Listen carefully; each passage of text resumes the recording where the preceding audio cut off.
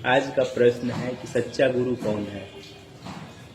सच्चा गुरु वही है जो जीवात्माओं को सही रास्ता दिखाए मोक्ष प्राप्त करने का। यहाँ पर मनुष्य तन मिलता है, इंसान 84 लाख योनियों में भटकने के बाद आता है। जब उसको मनुष्य तन मिलता है तो यही होता है कि वो मोक्ष प्राप्त करे और 84 लाख योनियों से छुटकारा पाए। लेकिन यहाँ पर जितने भी गुरु हैं ज़्यादातर पाखंडी है। क्यों?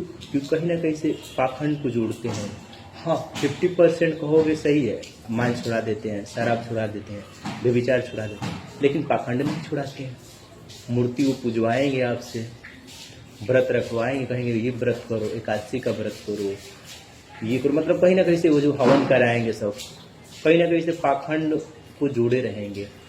किसी को भी उठा लो, मैं यहाँ से उठाता हूँ सबसे पहले धीरेन्द्र शास्त्री महाराज जी। सोचो, गलत नहीं है, मैं उनको नहीं कहता हूँ डायरेक्ट गलत है, गलत नहीं है।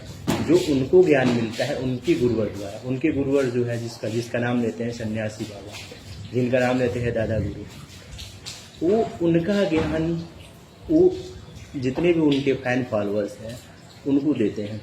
अब उनमें भी जो है मैंने कोई जो कमियां देखी है, कमियां का जो आत्माओं को बांधती। आप चलो सही है, आप मान छुड़ा रहे हो, शराब छुड़ा रहे हो, व्यभिचार छुड़ा रहे हो, लहसुन प्याज वाला मैंने पीछे भी बताया था कि हाँ पहले था लहसुन प्याज यदि आप खाते थे तो आप में तमोगुण वाली जो आत्मा होती थी ऊपर होती थी। लेकिन इस नियम को बदल दिया गया है, लहसुन प्याज आप खाओगे तो आप में तमोगुण की आत्मा ऊपर नहीं होगी। अब लहसुन प्याज से जो है कोई मतलब नहीं है। हाँ, लेकिन एक चीज़ है उनमें, पाखंड। पाखंड क्यों नहीं छुड़वाते हैं? पाखंड देखोगे अब जो जितना जो है राधा राधा राम राम कृष्ण कृष्ण जपता है, चाहे मूर्ति पूजता है, उसकी चेतना गिरती है। जो ज़्यादा पाखंड में फंसता है उसके अंदर आप पाओगे कि जलनखोरी की भावना होगी, आक्रोश की भावना होगी, मतलब लड़ता रहेगा, झगड़ता रहेगा, जलता रहेगा। ये सब भावनाएं उनमें जो है ना प्रबल होती है। तो सही है, शास्त्री जी को मैं नहीं कह रहा हूँ डायरेक्ट गलत है, लेकिन नहीं भैया, लहसुन प्याज खिलवाओ, कोई दिक्कत नहीं है, पहले नियम था। लेकिन ये नियम काल और महाकाल ने बदल दिया है। ऐसा नहीं है, नियम बदलता रहता है, एक ही नियम हमेशा नहीं रहता है। आप पुराने जितनी भी लिखा गया गीता में, चाहे वेद या पुराण को उठाते हो और उसी को फॉलो करते हो यार, हमेशा नियम बदलता रहता है। जो नियम गलत था उस नियम को बदला गया है, ऐसा नहीं कि पुराना वाला नियम है। हाँ, लहसुन प्याज पहले था, मैं भी स्वीकार करता हूँ कि लहसुन प्याज खाते थे आप, तो आपके अंदर मतलब कह सकते हो 3 आत्माएं, मैंने पीछे भी बताया है कि 17 देता हूँ, एक जीवात्मा, एक चेतना। यदि इंसान आप सही हो तो, यानी मांसाहार में नहीं हो, व्यभिचार में नहीं हो, प्रेम संबंध में हो, एक से हो अनेक से नहीं हो, तो गैम्बलिंग में नहीं हो, मदिरापान में नहीं हो, पाखंड में नहीं हो, तो चेतना भी रहेगी इंसान हो तो आप में। और एक तमोगुण वाली आत्मा। हाँ, तमोगुण वाली आत्मा जैसे मान लो मांस खा रहे हो आप, ऊपर हो जाएगी तमोगुण वाली आत्मा, यानी जीवात्मा मिलेगी तमोगुण वाली आत्मा में, मतलब अल्पाज्ञता वाली, उसमें ज्ञान ही नहीं होता है। वो आत्मा होती है पशु पक्षी होने की, वो आत्मा होती है आप में जो प्रेत होने वाली आत्मा भटकती है इंसान, वो होती है। हर आत्मा जीवात्मा जो होता है सब इंसानों की तो होता है, बस यही है कि जो यूनिक खोया रहता है। तो मान लो कुत्ते की यूनि से आता है, चाहे बंदर की यूनि से आता है, तो अपना लक्षण नहीं होता है। तो हाँ, कुत्ते वाला आएगा आप में घुसेगा, मैंने पीछे बताया है कि मेल हो आप में तो फीमेल वाली कुत्ती वाली आत्मा आएगी तीसरी, वो आपको सेक्स में व्यभिचार में फंसाएगी। बंदर वाला आएगा तो जो है आप उछलते रहोगे, कूदते रहोगे। वो सब आत्माएं तो एक ही होती है जीवात्मा, लेकिन हाँ लक्षण वो नहीं खोते हैं सब। तो यही कारण है कि इंसान को भी भटका देते हैं। हाँ, जब आप मांस में हो, शराब में हो, व्यभिचार में हो, तो तमोगुण वाली आत्मा। लहसुन प्याज भी खाते थे, हाँ पहले नहीं, मैं स्वीकार करता हूँ, पहले ये नियम था।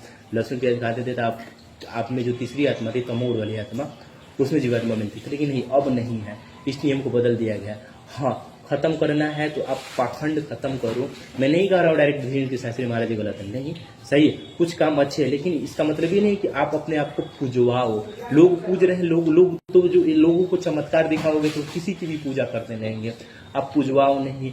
पीछे भी मैंने बोला था कि जो भगवान शिव है, महाकाल या कह दो काल की तो पूजा नहीं होती, ब्रह्मा जी की तो पूजा होती ही नहीं है, बहुत कम होती है। पुष्कर में मतलब 2-3-4 जगह जहाँ पे ब्रह्मा जी की पूजा होती है, यानी काल की। महाकाल भगवान शिव कभी नहीं कहेंगे कि मूर्ति पूजो, चाहे स्वयं राम को उठा लो जिसको कहते हो राम कृष्ण नारायण, वो कभी नहीं कहेंगे कि आप उनकी मूर्ति पूजो। क्यों?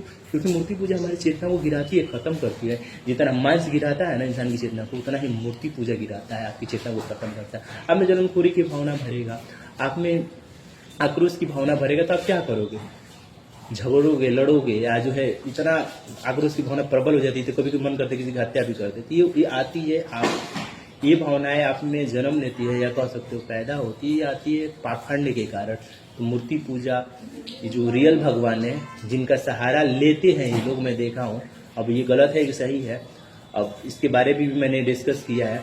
तो जो मेरे महाकाल है, यानी जो है बालाजी जिनको बोलते, शिव जी यानी हनुमान जी एक ही है, तो वो बोले, हमसे डिस्कस हुआ है इसी के बारे में कि ये अभी तक शांति से है। क्योंकि देखिए खेल होता है यहाँ पे, कोई भी मतलब जो है पूजवाता है अपने आप को, तो ये तो उठाएगा राम को या तो उठाएगा उस शिव को, इन्हीं दोनों को उठाएगा और उन्हीं के सहारे लेके अपना पाखंड स्टार्ट हो जाता है। मतलब पाखंड कह सकते हो, जैसे में वहाँ पे सन्यासी बाबा, दादा गुरु, अब उनको पूजा जाएगा और उन्हीं के चलते अब जो पाखंड में फंसा रहे हैं, मैं डायरेक्ट बोल रहा हूँ, ढिल्ली की सत्य महाराज जी, अब उनको भी पूजा जा रहा है। लोगों में क्या है, लोगों को बस चमत्कार दिखाओ, वो जो है आपको पूजने लगेंगे। लेकिन इसका मतलब ये नहीं, आप समझो कि जो पूज रहे हैं, मूर्ति पूज रहे हैं, चाहे जो आपको पूजे जा रहे हैं, आपके फोटो को पूज रहे हैं, उनकी जितना गिरे उनकी जितना मत गिराओ। यहाँ से यही हुआ है डिस्कस कि हाँ, यदि 45 दिनों के अंदर महाकाल का आदेश था कि 45 दिनों का अंदर यदि ये पाखंड खत्म नहीं करा, तो पाखंड में क्या है, हनुमान चालीसा पढ़ो, गलत नहीं, मैंने पीछे भी बताया, उन्हीं का आदेश है। हाँ, लेकिन आप दीपक मत जलाओ, अगरबत्ती मत दिखाओ, कपूर मत जलाओ, आप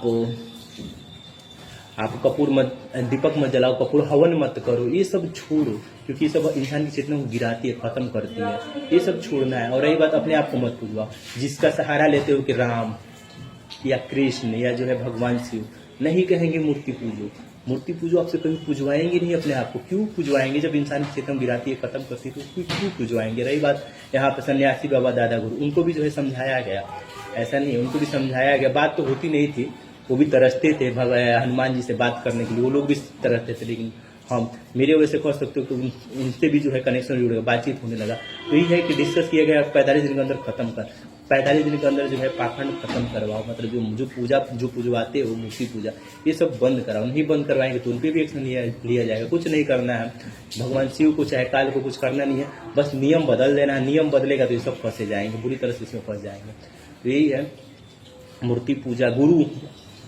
गुरु भी बनाना है तो सोच समझ। कभी यहाँ पे प्रेमानंद जी महाराज, गलत नहीं है, मैं नहीं कहता हूँ गलत है, क्यों गलत नहीं, क्योंकि मान छुड़ा रहे हैं, शराब छुड़ा रहे हैं, लेकिन ये सही रास्ता मोक्ष पाने का नहीं बताते हैं। ये कहेंगे कि आप राधा राधा 3 लाख बार जपो, 4 लाख बार जपो, 5 लाख बार जपो, आपके सारे पाप खत्म हो जाएंगे, आपको मोक्ष मिल जाएंगे।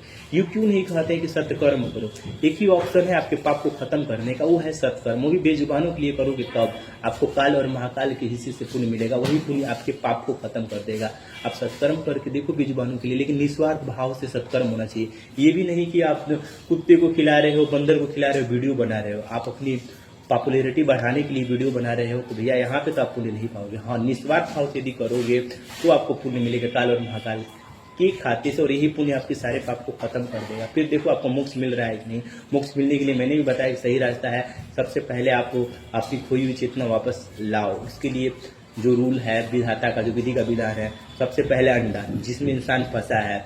अंडा, विज्ञान कहता है अंडा तो शाकाहारी है, लेकिन जो विधाता है, जो विधि का विधान बनाया है, वो कहता क्या है, वो नियम बनाया है कि यदि आप अंडा खाओगे तो आपकी चेतना गिरेगी और मरोगे। तो सबसे ज्यादा धरती पे देखना चींटियां हैं, चींटी बन के आओगे, छोटी छोटी चींटियां हैं। सबसे पहले अंडा, उसके बाद मांसाहार, फिर बेविचार।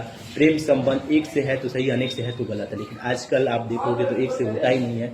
बंदा है तो 3-4 बंदी रखे गर्लफ्रेंड बनाएगा, बंदी आए तो जो है 1, 2, 3, 4, 5 बॉयफ्रेंड बनाएंगे। तो ये तो प्रेम संबंध यहाँ पे गलत है।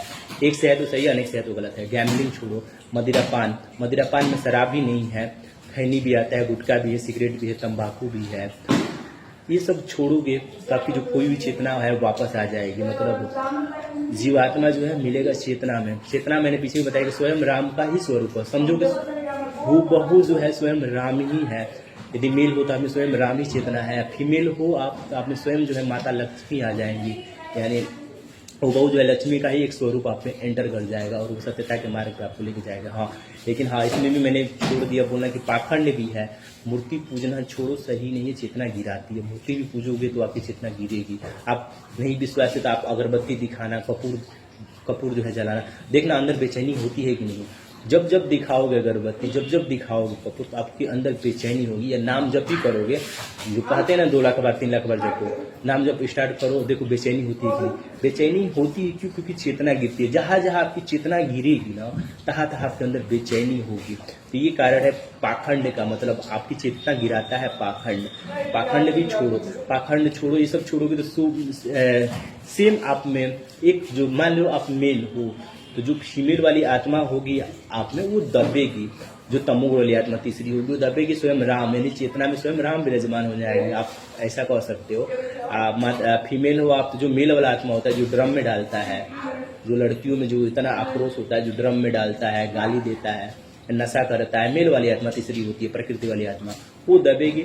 और उसी के जब सेम आप कह सकते हो माता लक्ष्मी का स्वरूप निरंतर हो जाएगा। जब चेतना, कोई भी चेतना वापस आ जाएगी तो लोगों से पहली बात जो पाप कर रहे हैं अभी इस कलयुग में, ये पाप ऑटोमेटिक खत्म हो जाएगा। सब सत्यता के मार्ग पे चलेगा, प्रॉपर इंसान बनेगा, उसके बाद सत्कर्म करेगा, तो मरेगा तो 84 लाख यूनियन खत्म हो जाएगी, उस डायरेक्ट मोक्ष प्राप्त करेगा, बैकुंठ जाएगा। यही रियलिटी है।